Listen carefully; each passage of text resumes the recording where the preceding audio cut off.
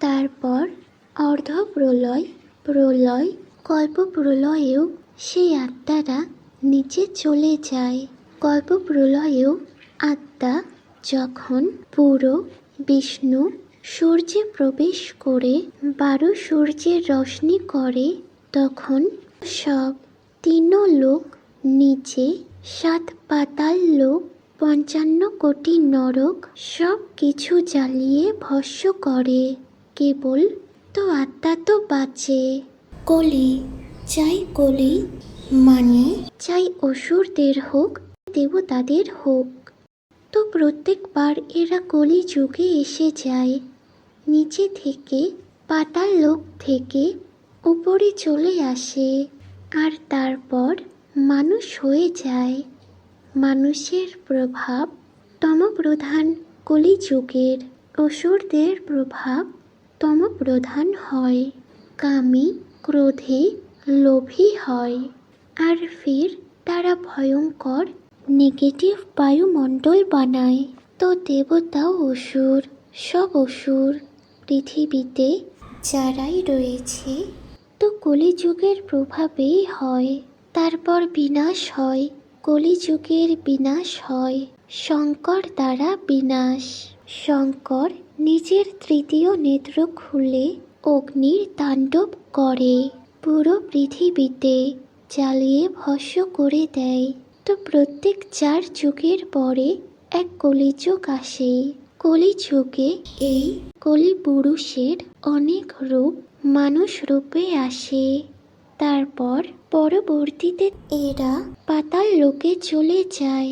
ফির পরবর্তীতে যখন কলিযুগ আসে, তো তারা আসে উপরে, আতঙ্ক মাচায়, আর দেবতাও অসুর হয়ে যায়। কারণ সেই বায়ুমণ্ডলে এমন হয়, আসুরে বৃত্তিওয়ালা বায়ুমণ্ডল হয়। তো সেই বায়ুমণ্ডলে যে নিঃশ্বাসও নেয়, তো তার ভিতরে, শ্বাসের ভিতরেও তমপ্রধান বায়ু যায়। তো সকলে কলিযুগের প্রভাবে এসে যায়।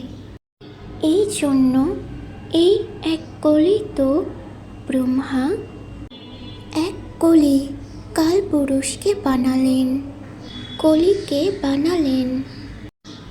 এক কলিকে নিজের তমপ্রধান মনকে পবিত্র করে দিলেন, কিন্তু তার নেগেটিভিটি, ব্রহ্মার ভিতরে যে নেগেটিভিটি এসেছিল, ও সব বাইরে ফির এক আত্মার রূপে তিনি বানিয়ে দিলেন। সেই আত্মার ভিতরে নেগেটিভিটি চলে আসলো, আর সে কলি পুরুষ হয়ে গেল। আর সেই কলি পুরুষ এক থেকে অনেক রূপ ধারণ করে অনেক মানুষ হলো। আর নিচে 7 পাতাল লোক এরাই বানিয়েছে, অসুর বলবো তাদের। তো 7 পাতাল লোক অসুর দিয়ে ভরে ভরে রয়েছে। তারপর চলে আসে, তারপর হয় অর্ধপ্রলয়, প্রলয়, এসব হতে থাকে। এসব কল্পপ্রলয়েও এই আত্মা তো তাদের বেঁচে যায়।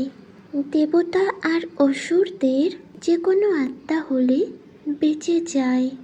শরীরের কাল অগ্নিতে, কাল অগ্নিতে, কল্পপ্রলয়েও কাল অগ্নির মতো হয়। মহাকাল প্রলয়েও কাল অগ্নিতে চলে যায়। তারপর সব তার বিনাশ হয়। আর মহাকাল প্রলয়ে তো এমন প্রত্যেক অনন্ত কোটি ব্রহ্মাণ্ডে এমন কলি পুরুষ হয়। প্রত্যেক জায়গায় কলি পুরুষ, ব্রহ্মা দ্বারা কলি পুরুষের সর্জন হয়। অনন্ত কোটি ব্রহ্মাণ্ডেও সত্য, ত্রেতা, দাপর, কলিযুগ হয়। আর কলিযুগে এমন কলি পুরুষের তাণ্ডব হয়। আর তাতে সব কলিযুগী প্রভাবে অসুর হয়ে যায়। তো তারপর অনন্ত কোটি ব্রহ্মাণ্ডের মহাশিব মহাকাল হয়ে অনন্তকোটি ব্রহ্মাণ্ডকেও নিজের কাল অগ্নিতে, মহাকাল অগ্নিতে জ্বালিয়ে ভস্ম করে দেয়। তখন এই সকল আত্মারাও ভস্ম হয়ে যায়। শরীরও ভস্ম, আত্মারাও ভস্ম, সব কিছু ভস্ম। আর সেটির তারপর অগ্নি থেকে পরম অগ্নিতে, পরম অগ্নি থেকে পরম বায়ু থেকে পরম আকাশে, পরম আকাশ থেকে পরম মহাতত্ত্বে, ফির পরম লাইটে কনভার্ট, ধীরে ধীরে ধীরে প্রসেসে নিয়ে এসে তারপর পরম লাইট যেমন আগে ছিল, চাই শিব হোক, মহাশিব হোক, পরম মহাশিব হোক, চাই মাল্টিভার্স হোক, তো এই সব প্রসেসে আসেই। যখন জ্ঞান সাগরে ডুববে তখন সত্য ত্রেতা দাফর কলি যুগের পুরো নলেজ আসবে, সব জ্ঞান ডিটেইলে বুঝবে। তো এসব বুঝতে পেরে যাবে নেগেটিভিটিও কোথা থেকে আসলো। তো এই ব্রহ্মা দ্বারাই নেগেটিভিটি ক্রিয়েট করেছে। কলি পুরুষের এইও ব্রহ্মা দ্বারা সর্জন হয়েছে। পরম শান্তি। की परम शांति सोचो, बोलो परम शांति। Join us daily for our morning live meditation, Monday to Saturday, 5:30 to 6:30 a.m. Join us daily for live meditation, 10 p.m. to 11 p.m. on YouTube Live. Subscribe now. Website www.paramshanti.org. Email us anand@paramshanti.org. Like, share, subscribe. Join today. बेहद की